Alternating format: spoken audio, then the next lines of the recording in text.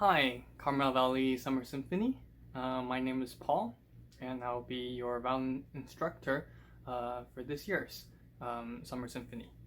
So, today we're doing a video on 3 different technical things to help some of you get started on those techniques. And for those of you that might already know the techniques, it's just a video to maybe help you further improve those techniques that you already learned, or maybe you'll learn something, who knows.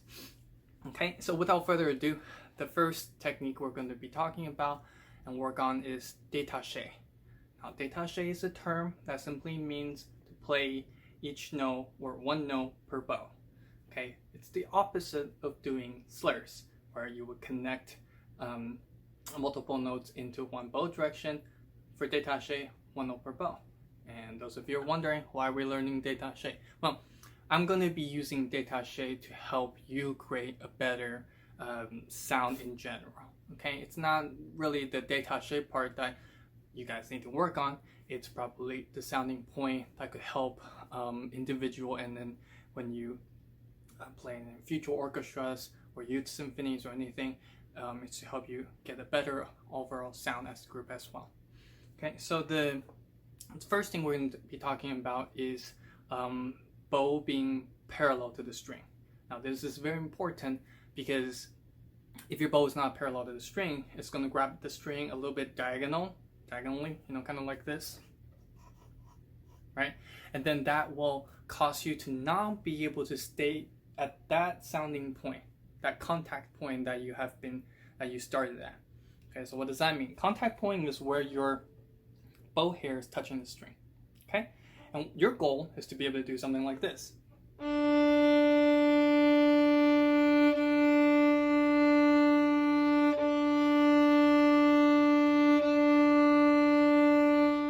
Okay, so notice my bow was staying parallel to the bridge.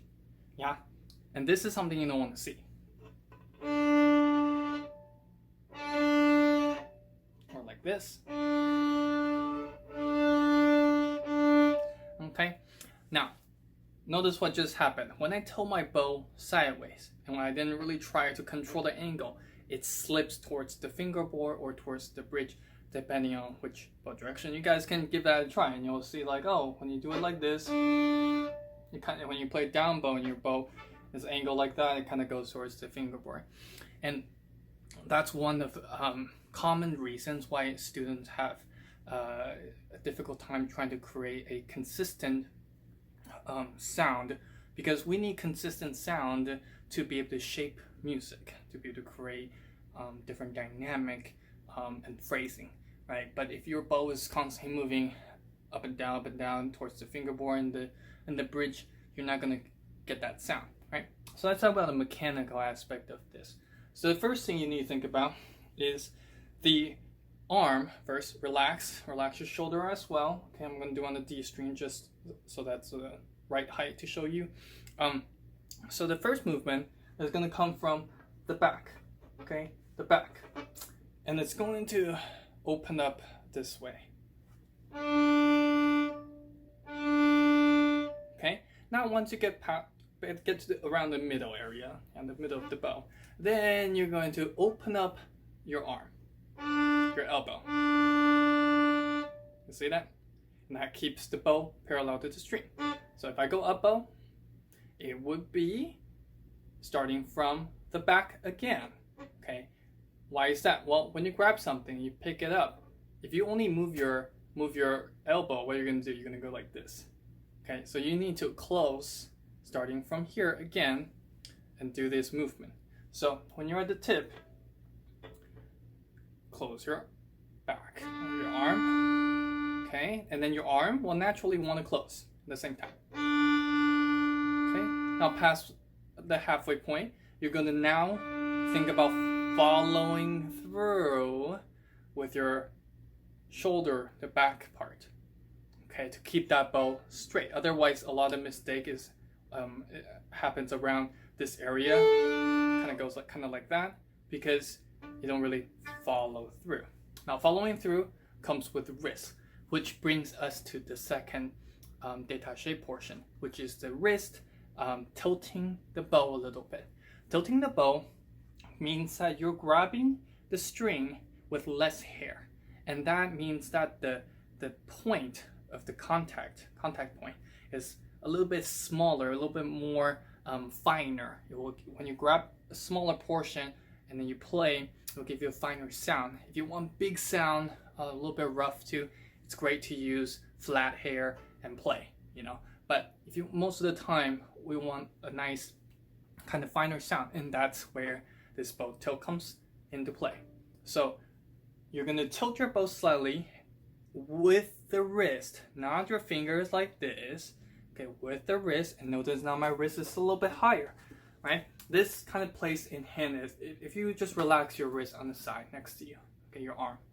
And then you pick up your arm in front of you like that. Notice the wrist has this natural shape because the hand is just relaxed. You're not keeping it up like this, you're just letting it relax. So same thing, when you're holding your bow, and if you do this in front of the mirror, okay, you should be able to see a little bit of the wrist being higher than the knuckle here. If your wrist is like this and you cannot see it, then you're probably a little bit tense with your bow hold, and the bow is definitely not tilted. Okay, so a little bit higher. Notice the bow is slightly tilted. Notice it's slightly, not too much, because you don't want to stick the bow to be on the string. You just want a little bit of tilt. Okay, and that will give you a finer sound.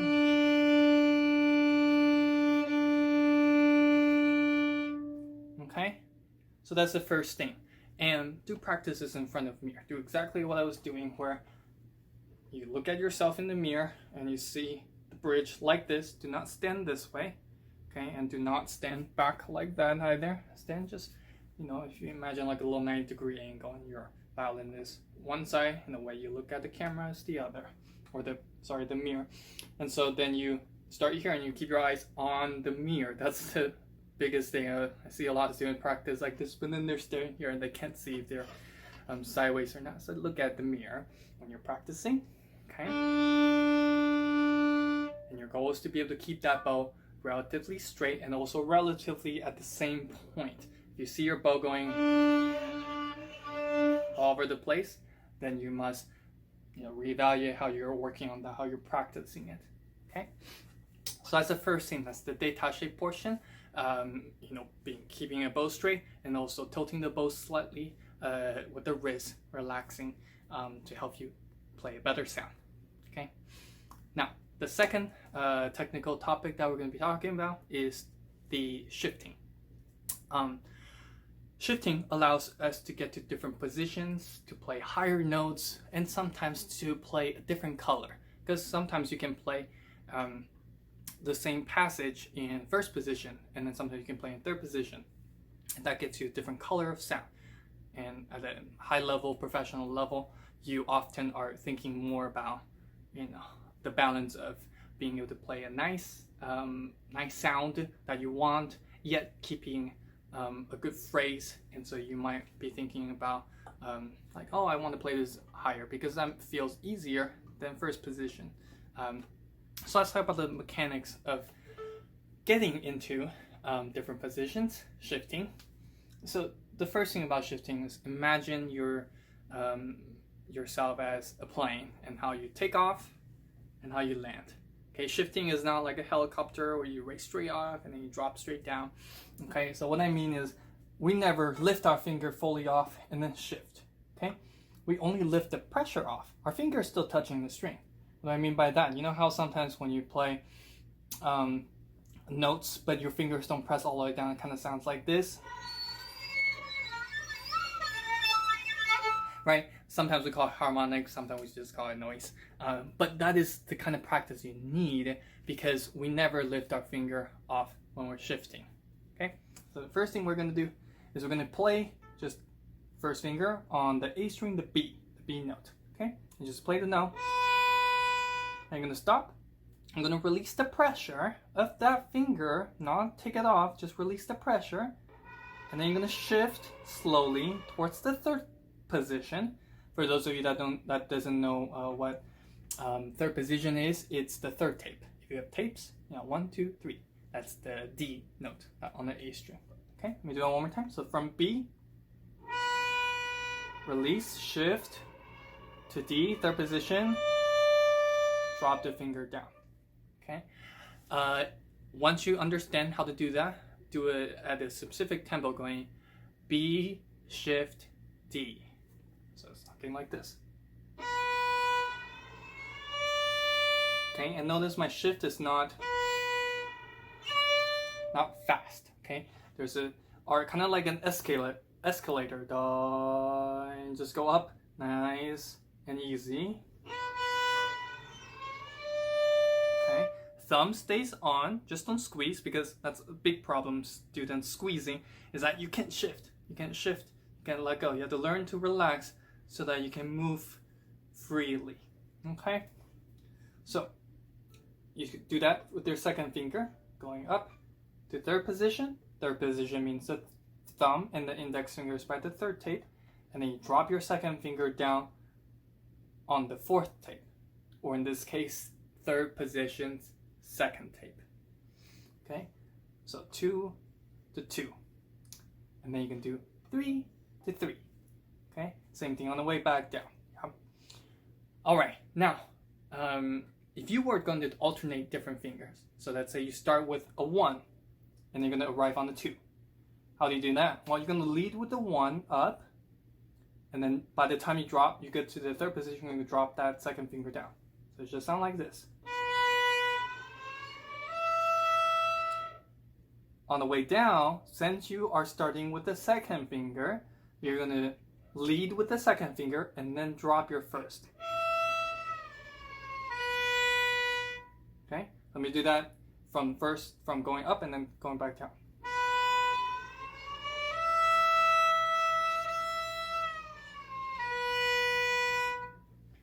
Okay, it works for 1 to 3, 1 to 4, 2 to 3, 2 to 4.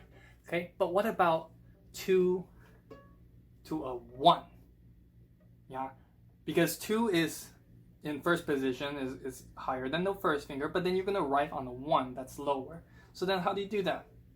Well, in the middle of the shift, you're going to start with the lead on the second finger, and then in the middle of the shift, you're going to switch to the first finger and finish on the first finger. So like this. Okay. Okay, now on the way back down, you're going to start with the first finger and arrive on the second. What do? You lead with the first finger and then drop your second finger halfway point. Okay, kind of like switch off, kind of like giving the baton to the next finger. So like something like this. Then let me go back up. And back down. Okay, that can work for 3 to a 2, and then 2 to a 3, or 3 to a 1, 1 to a 3. So a lot of combinations, okay? But practice that. One of my advice I can give you is make sure your shifting is similar to your bow speed. So if your bow is moving at a certain speed, try to keep that moving. It's kind of like, you're running, yeah? Your arm is moving at the same speed. You don't have one arm moving much faster than the other. So it's that same idea. When you're shifting, try to keep the speed of both arms the same, okay? The last technique that we're going to be talking about today is the vibrato. First of all, vibrato is a way to enhance, okay, to give sound a different quality, okay, like adding an ornament on the sound, kind of like singers when they sing. We're often in a way compared to singers because we're trying to accomplish what singers can and try to make it sound natural. So that's the whole purpose of vibrato. It's not just, oh, it looks cool and things like that, okay? Yes, I understand it looks cool and all that stuff, but at some point, when you develop really good vibrato and you get pretty used to it, you have to think about more than just the movement of the vibrato, okay? A lot of students stop at the point where they just vibrate, every single note sounds the same, and they only vibrate on easy notes. Okay, vibrato has to have shapes too, like dynamics. Okay, so there are 3 different types of vibrato. There's the finger vibrato, looks something like this. Okay, and then there's the wrist vibrato, looks something like this. And then there's the arm vibrato, looks something like this. Okay, now I'm going to be teaching you the arm vibrato, okay, because that's the vibrato that I started with and I find it the most easy. However, many musicians know arm or wrist or both. Finger vibratos generally is not used very often. It's kind of more reserved for when you're in a high position. If the person is incapable of vibrating from their arm here or their wrist, then they might have to do a little bit of finger vibrato to get it working. But I would say not a lot of people do use finger vibrato. Okay, so without further ado, let's do the arm vibrato. So first, bring your hand up against this part. Okay, look at the mirror, make sure you're straight in the back here. All right, you don't want to have your wrist here or like this. Okay, make sure it's straight. Keep your thumb on the side here like that. Okay, now vibrato is simply a movement of this going down, and then the fingertip rolls onto its side. So let me show you what that looks like up close. So you're nice and tall, you play the note, and you're just going to start that vibrato. You're going to pull back like that. Notice now it's collapsed. This knuckle right here is collapsed. Okay, and if I'm doing arm vibrato, I start like this, and I move away like that, collapsed, fingertip rolled onto its side, and then I come back up again. Notice it's not sliding. Okay, vibrato is not. Okay, it's not like that. It's a rolling technique, and then rolling back up. Okay, and if you're going to imagine the sound of vibrato on a graph, here is the base of the note. Okay, let me do it with my bow. So imagine this is your note. Okay, you put your finger down, this is what it sounds like. When you start the vibrato and you go away, it goes lower, right? So the graph looks like this, and it should come back just to the point where you started, meaning don't ever vibrato higher, okay? Because you will sound out of tune. You will sound like that's like a wrong note. It will sound bad. Okay, vibrato should only go away and then come back to the starting point, and then go away and then back up to the starting point. So then your vibrato sounds like this. Okay, not like, because then you start to get into the territory of possible sliding. Okay, so away and then come back. Okay, now once you understand this, turn your metronome on to 60. Okay, I'm just gonna snap my fingers because it's a lot easier for me. So I'm gonna snap my fingers, and this is gonna be around 60. Now first you're gonna do quarter note vibrato. So 1 movement per beat, like this. 1, 2, 1, 2, 1, 2, 1, 2. Okay, that should have been pretty easy. Then you're gonna do 8th note vibrato. So 8th note has 2 notes per beat, so 2 movements per beat. So something like this. 1 and 2 and 1 and 2 and. So notice, when you hear a metronome click, you're gonna go 1 and then the next click will be 2 and. So you put it together, 1 and 2 and 1 and 2 and. Okay. Then the last one is doing 16 note vibrato. Okay. Now 16 note is a lot easier if you think about knocking. What do I mean by that? Well, when you knock on the door or knock on something, knock, right? Knock already has two movements. When you knock, your hand goes towards the object that you're knocking, and then your hand goes back. So knock. So that's already two movements. Now in 16 notes, we know we count where there's 4 16ths per beat, right? So it's knock, knock. 1 E and da. Okay, 1 E and da. But why are we thinking about knocks instead? Because when you vibrate 16 notes, and then you're going to start at 60, but eventually you're going to end up past 100, 120, 130, 40, 50, 150 even. And you can't go 1 and 2 and 3 and 4, and that would be too difficult to keep track of. So you're just going to vibrate 1 and 1 and 2, and, or think of it, knock, knock. Okay? So like this.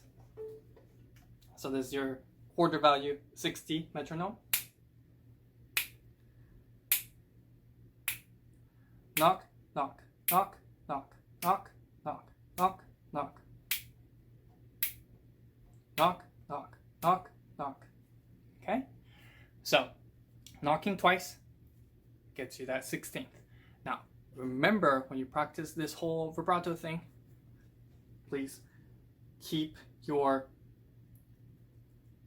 arm here and your wrist straight. Please don't let it go like this, and don't let it go like that either. Okay? And remember to work a little bit on this exercise. You can do this, where you simply just put your the tip of your finger along with your thumb, whichever one you want to start with, and then you just go like this. This trains your knuckle, the first joint here, to be a little bit more flexible, because that's the whole point of us doing this. Okay? Okay? Now, notice I didn't teach pinky. Okay, you can do this with first finger, second and third finger, but don't do it with pinky yet. The reason for that is because pinky is the finger that struggles the most. It's the weakest one, and when it comes to vibrato, if the basic movement, which is arm or wrist, is not really settled in yet, it will make it just a lot more difficult. Okay, so you're going to try to do 1, 2, 3. Once you actually can vibrate that, then you can try the pinky. Okay, and I mentioned you start at 60. Okay, that's the starting point. Work your way up. So 60 and then do 70. And at 70 you'll do quarter value, vibrato, 1, 2, 1, 2, right? And then you go to eighth note value, 1 and 2 and then 16th. Knock, knock, knock, knock, which is 2 times faster than the eighth note. And then do 80, 90, 100, and so on and so forth. From my experience, when I tested out my regular vibrato, which is something kind of like this.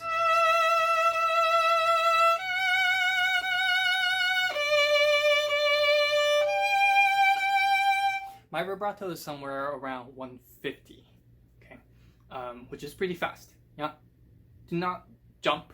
Okay, work on your skill and work your way up.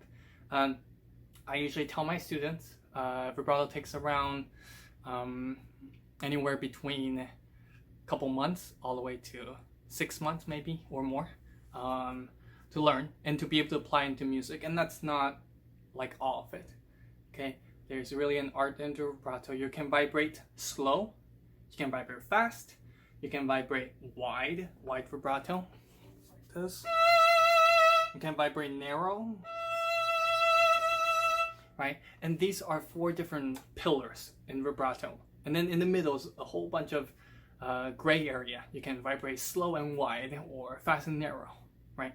There's a lot of different combinations, and that really is something you, when you get to a more advanced level, you should think about how to apply vibrato into your music and not just have the same vibrato all the time, because then it just sounds plain. Yeah, a lot of students just stop there and it just looks like they're vibrating the same and sounds the same, and they only do it on easy notes. Yeah, so if you want to be better than that, do work on it, and remember 60 and then up to probably at least 120, I would say, before you try to put it into music.